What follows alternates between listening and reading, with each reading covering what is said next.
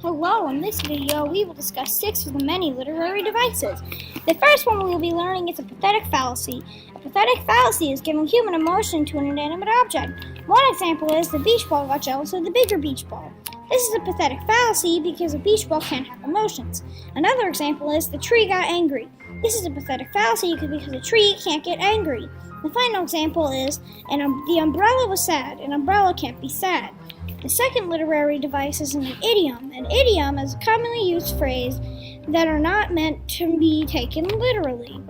One example is at the drop of a hat. This means to do something on the spot with no hesitation. It is not meant to be taken literally. Another example is every cloud has a silver lining. This means to be optimistic and every difficult time leads to a better day. Not a meaning of literally a cloud has a silver lining. The final example is heard it on the grapevine. This means hearing rumors. The third literary device is a hyperbole. A hyperbole is an extreme exaggeration. The first example is my suitcase weighs a ton.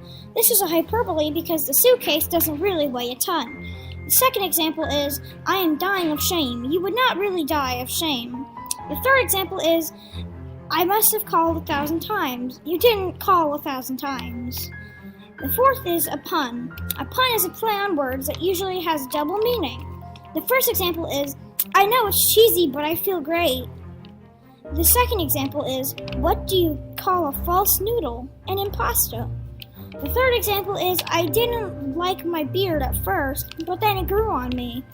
The fifth literary device is an oxymoron. An oxymoron is two opposite words next to each other, forming a different meaning. The first example is the living dead. Dead and living are two opposite words next to each other.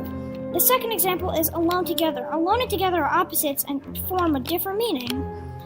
The third example is only choice. This is an oxymoron because two opposite words together make a new meaning.